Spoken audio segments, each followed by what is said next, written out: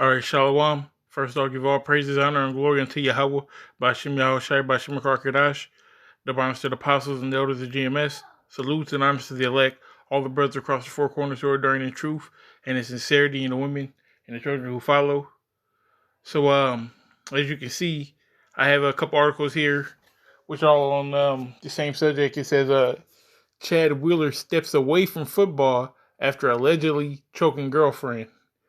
Okay, so you got this football player who was an Edomite, looks like a so-called Edomite, um, who beat the living daylights out of his Jake girlfriend. And first before I read anything, I'm gonna get these pictures. So this is what she looks like, you know, this her at her best, should I say, and then her at her worst. And then when you read it says, this man brutally assaulted my close friend who was his girlfriend. He plays for the Seattle Seahawks and has been let out, should I say, on a $400,000 bail after attempting to murder her. He admitted to thinking he killed her and continued to eat his dinner by her lifeless body, basically. So it says that he stepped away from football. Did Kareem Hunt step away from football? Or is he, kicked out the league? Was Ray Rice, did Ray Rice step away from football after his incident with his wife?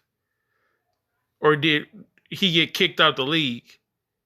He got kicked out the league. Okay? So it says, he steps away, and why? Why is he given this opportunity? And we're going to see what the Seahawks said, but all the posts are saying that he stepped away. He chose to do this. It says Seattle offensive tackle Chad Wheeler announced Wednesday that he's stepping away from football after being accused of choking his girlfriend. The events that happened over the weekend transpired from a manic episode. So when Jake do it, we just, we were monsters. But when Esau does it, it was just a manic episode. It says, I'm deeply sorry for the pain and suffering that have caused Aaliyah and her family. Wheeler tweeted referring to his girlfriend. And, really that's what she did for, let me bring out the scripture. Here we go. This is Sirach 10 and, or 12 and 10. It says, never trust thine enemy, for like iron rusteth, so is his wickedness. Okay, she trusted her enemy. You thought the so-called white man was for you. It says, though he humble himself and go crouching, yet take good heed and be aware of him. She wasn't aware of him. And when you go into the story, it's so crazy because he beat her ass because he asked her to bow to him and she wouldn't do it. I guess she had some kind of sense not to bow to an Edomite. But, if it's that's your man, you supposed to call him Lord. You supposed to, you up under this nigga's covering. Technically, she really should have, But she shouldn't, well, she's going off what she is with an Edomite.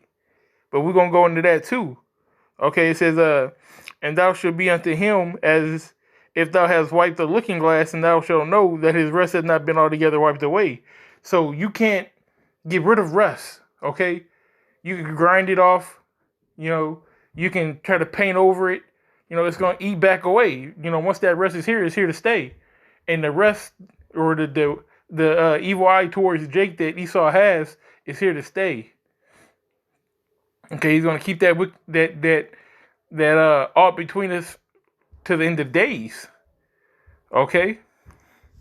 So, this is really one aspect of it I wanted to go into, which is hypergamy, which a lot of women they are hypergamous. So if you don't know what hypergamy means, this is the action of marrying or formalizing a sexual relationship with a person of superior or psychological or educational background, which means basically women date up. All right, this is an NFL player. So Jake went for a a white boy because why? Because number one, he was an NFL player. She probably wouldn't have went for him if he was an everyday, 6-pack Joe Cracker. But because he, has that status of an NFL player and has the wallet of an NFL player, she went for him. And this is where you get, you know.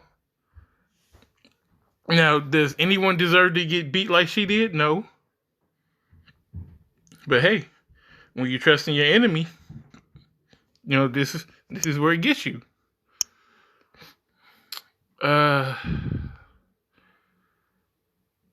So I'm gonna read this third paragraph. It says he finally added on the third tweet, "It's time for me to walk away from football and to get help.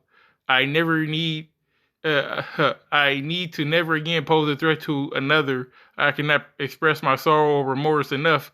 I'm truly ashamed." He said that he can't express his sorrow enough. But let me see if I can get. Okay. The Seahawks released a statement Wednesday announcing offensive lineman Chad Wheeler was no longer with the team following his domestic violence arrest. The Seahawks encouraged Wheeler to get help with his needs. So they're just encouraging him to get help with his needs. It says the Seahawks are saddened by the details emerging against Chad Wheeler and strongly condemn this act of domestic violence. Our thoughts and support are with the victim. Chad is a free agent and no longer with the team. So they trying to distance him, but not really. I don't know if his contract was up, and that's what it was. But at the end of the day, he said, "I'm walking away from football." You don't have Roger Goodell, putting out a lifetime ban or a suspension, or this happened this weekend. It's Wednesday. Where was this news at on Saturday? Where was this news on Sunday, or Monday, or Tuesday? Had this have been, Trent Brown, a Jake, or had this have been any, whether you high profile or low profile football player, if you was a Jake, this had been all over the news. It's just not coming out for 4 days later. So let me see, because the details. Yeah, here we go. It says Wheeler reportedly threw his girlfriend on a bed and choked her until she was unconscious. When the woman woke up, Wheeler allegedly said, "Wow, you're alive?" The woman locked herself in the bathroom and called 911. So he said, "Wow, you're alive."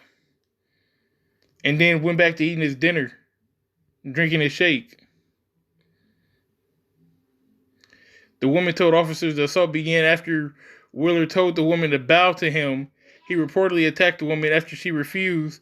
The woman told police Wheeler is bipolar and had not been taking his medication. Yeah, so, and even she's trying to, give him excuses. I don't give a fuck what medication you on. You see what he did to your fucking face? Look what he did to her, But you see her hair? Who's she trying to look like? You tell me. You tell me who she really want to be. All that makeup got her skin looking light. Look how dark she is in that picture. With no makeup. Look how light she is in this picture and in this picture. Look at her hair in both those pictures. Look at her hair without that bullshit in it. You tell me who she want to be. Okay? And now I guess you know now who she really is. So at the end of the day, that's what it is. This devil don't give a fuck. And going back to the hypergamy situation, these women, they gonna learn. Okay, you dating for money. Okay, you dating a man because he got status, and not off the substance of a person, but this goes all the way back to slavery. You were taught to put the white man over the black man. And that's how it's always been. But guess what? We don't give a fuck about you now. Go ahead and do what you want to do. Because we don't need you to bring back the nation of Israel. We can bring it back through white girl. through a Moabite, all right, through a Japhite, through a Hamite. But y'all women gonna see. You know what I'm saying? You just got stomped out like the mire of the streets. We didn't do it, but let you be a lesson for all these other nigga women out there. You know, you want to swirl? Go ahead, get your swerve on. But when he knocked the fuck out you, don't come back and say, "Oh, well, where are my black men protecting me?" Because that's the new thing. Oh, black men don't protect black women. What the fuck? Y'all split up the homes. We can go an hour on this lesson, but for time's sake, we're gonna keep it short and sweet. I think I got one more scripture that I wanted to read, which is Psalms 55, starting at 20. It says, "He had put forth his hands against such as be at peace with him." I didn't even mean it to sound like that, but he put forth his hands against her. She was at peace with him. He has broken his covenant. They thought that, she thought that they had a real bond. She's living the life of Riley with a football player. But as soon as he asked her to get down on your knees and tell me you love me, he put forth his hands against her. Says the words of his mouth were smoother than butter, but war was in his heart. Because I'm sure at one point in time he was telling her those sweet things. Oh, baby, I love you. I love that, all the chocolate that you provide. Whatever he want to say to her. I'm pretty sure he was giving her those smooth things. He had to because he pulled her. One hard because he was in the NFL, but shit, he pulled her. But at the whole time, war was in his heart. He says that his words are softer than oil, yet were they drawing swords. Because, like I said, at the end of the day, you can't trust these motherfuckers, man. And now she know. But guess what? You, Brandy, don't come back to us. We don't want you. You've marked yourself. So go ahead, go on next to the next white boy, and let him dog you out and do you dirty. So with that being said, give all praises, honor, and glory unto Yahweh, by Shem Yahshua, by Shem Karkadash, double honors to the apostles, and elders of GMS, salutes and honors to the elect, all the brothers across the four corners who are during the truth, and in sincerity, women, and the children who follow. Shalom.